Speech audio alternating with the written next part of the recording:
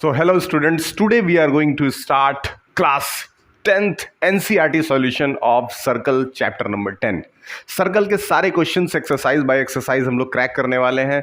हालांकि एनसीईआरटी ने अपने पूरे सिस्टम को चेंज किया है, तो जो लेटेस्ट क्वेश्चन है जो नए एनसीईआरटीज में है केवल उन्हीं क्वेश्चन को हम क्रैक करेंगे और आज सर्कल के चैप्टर को पूरा खत्म करेंगे। सारे कॉन्सेप्ट्स बताए जाएंगे, एक एक चीज़ आपको ध्यान से समझाया जाएगा।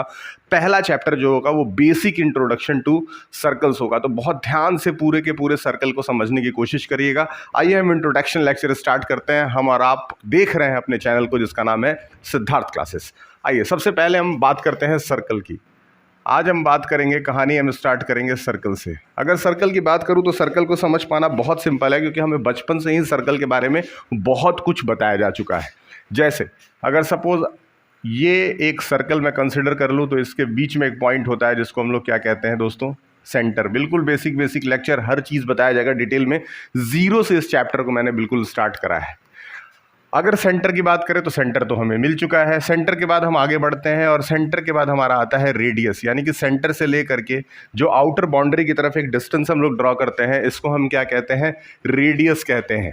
याद रहे दोस्तों, इसको हम क्या कहते हैं, रेडियस कहते हैं, ध्यान में रखना है। दोस्तों हमें यह भी बताया जाता है कि अगर हम रेडियस को डबल कर दें तो डायमीटर बन जाता है, यानी इसी रेडियस को अब हम क्या करने वाले हैं, डबल करने वाले हैं। रेडियस को हमने क्या कर दिया, दोनों तरफ एक्सटेंड कर दिया, तो ये क्या बन गया, आपका डायमीटर बन गया। क्या बन गया दोस्तों, डायमीटर बन गया। और ये बहुत सिंपल हो गया समझ पाना, तो डायमीटर हो गया। डायमीटर के बाद एक और नया कॉन्सेप्ट सीखते हैं जिसको हम लोग क्या कह सकते हैं, कॉर्ड कह सकते हैं दोस्तों।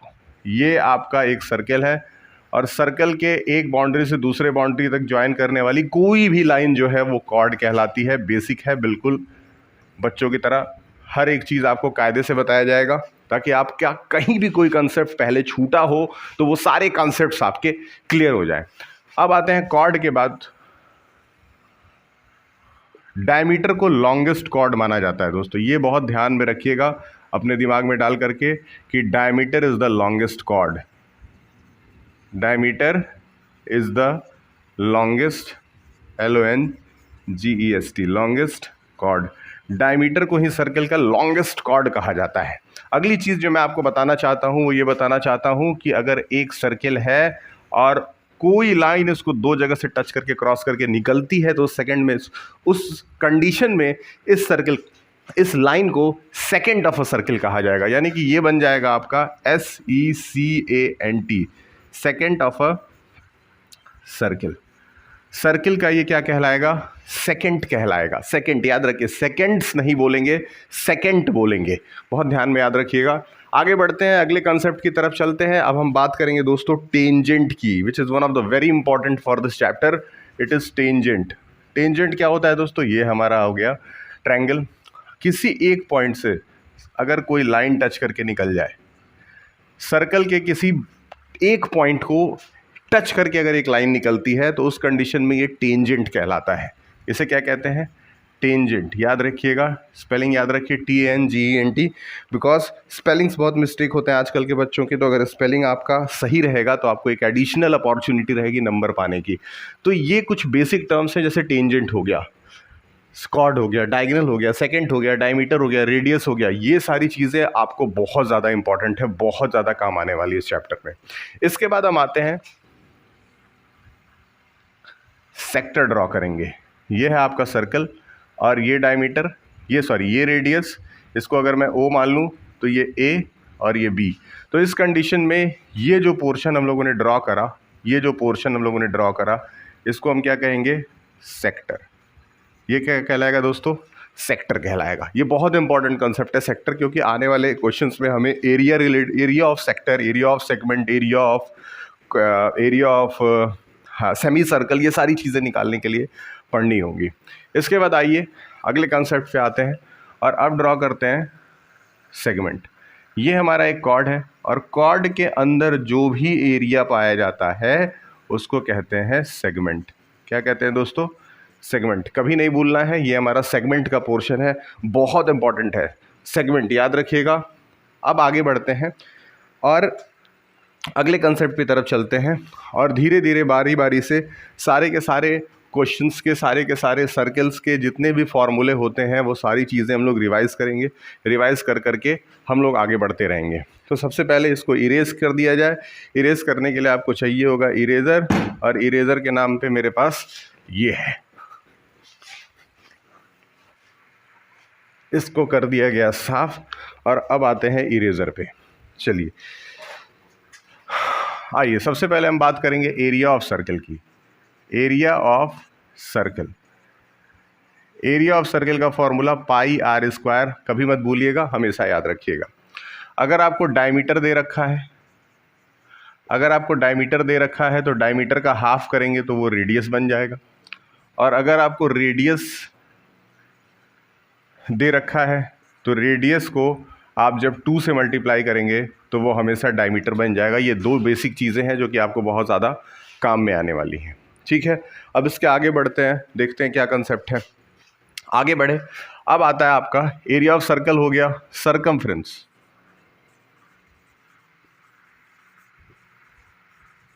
सरकमफ्रेंस का फॉर्मूला होता है दोस्तों 2 पाई आर, बहुत सिंपल है, इसको याद रखना है।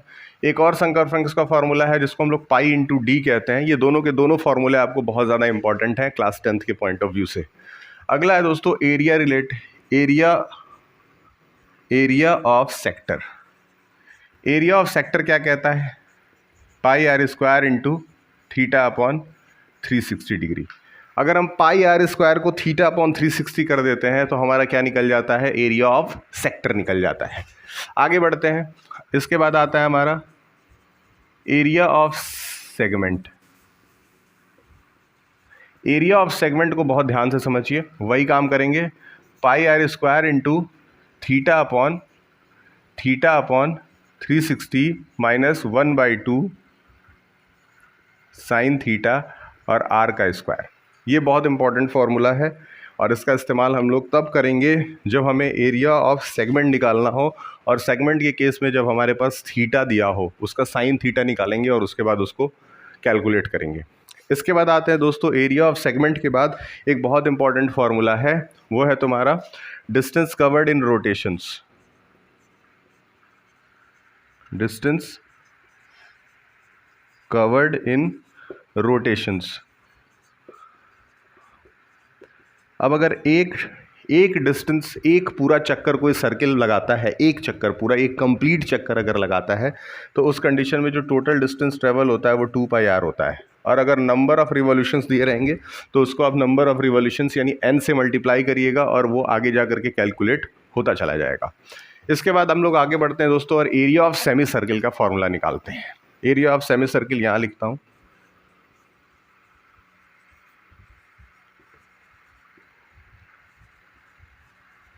Area of semi circle is equal to क्या हो गया? एरिया ऑफ सेमी सर्किल हो गया हाफ इंटू पाई आर का स्क्वायर, यानी जो भी एरिया ऑफ स्क्वायर था उसको हाफ कर दिया गया, हाफ पाई आर स्क्वायर, तो आपका आ गया एरिया ऑफ सेमी सर्किल। इसके बाद हम निकालते हैं एरिया ऑफ क्वाड्रेंट। अब इस वाले पोर्शन पे ये बहुत अच्छे से चल नहीं रहा है, इसलिए मैं यहीं पे लिखता हूँ इसको, एरिया ऑफ क्वाड्रेंट।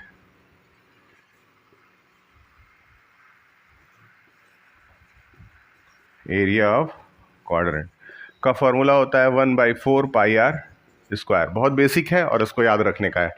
आगे बढ़ते हैं और आगे चल करके अब देखते हैं एरिया ऑफ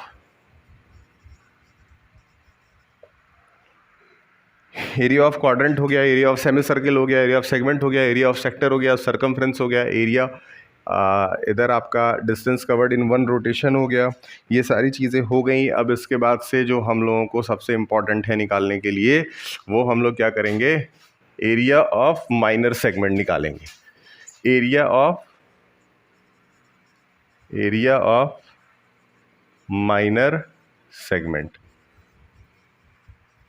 सबसे पहले ये याद रखना है कि माइनर सेगमेंट क्या है और मेजर सेगमेंट क्या है। तो ये जो हिस्सा है, जो छोटा वाला टुकड़ा है, ये माइनर होता है, और जो उसके पीछे का बड़ा वाला हिस्सा है वो मेजर सेगमेंट होता है। तो ये चीज़ हमें प्रैक्टिकली ध्यान में रखना है। अगर एरिया ऑफ माइनर सेगमेंट जिस कंडीशन में कैलकुलेट किया जा रहा है, उस कंडीशन में अगर हम एरिया ऑफ सेगमेंट निकाल लेते हैं, एरिया ऑफ सेगमेंट, ये हमारा फॉर्मूला था, और इसमें से हम अगर एरिया ऑफ सर्किल घटा देते हैं, यानी कि pi r square minus pi r square theta upon 360 degree minus half sine theta और आर का स्क्वायर। तो ये हमारा फॉर्मूला बन जाता है किसका, एरिया ऑफ माइनर सेगमेंट का। अब एक बहुत इंपॉर्टेंट कंसेप्ट जो कि बताने जा रहा हूँ। अब सपोज यही सर्कल मैं कंसिडर कर लेता हूँ, ये वाला सर्कल, ये सर्कल है, इसके अंदर एक और सर्कल है, इसके अंदर एक और सर्कल है, बीच में इसका सेंटर है, ये छोटा वाला आर है और ये बड़ा वाला कैपिटल आर है, और हमें इसके बीच का एरिया निकालना है। ये वाला हिस्सा हमें अगर कैलकुलेट करना है तो मैं आपको सीधा फार्मूला दूंगा, पाई ब्रैकेट में बड़ा आर स्क्वायर माइनस छोटा आर स्क्वायर। बस इसका इस्तेमाल करिए, डायरेक्ट क्वेश्चंस आप लगा सकते हैं। और ये वो सारे फॉर्मूले हैं जो क्लास 10th के अंदर आपको सर्कल में बहुत काम आने वाले हैं।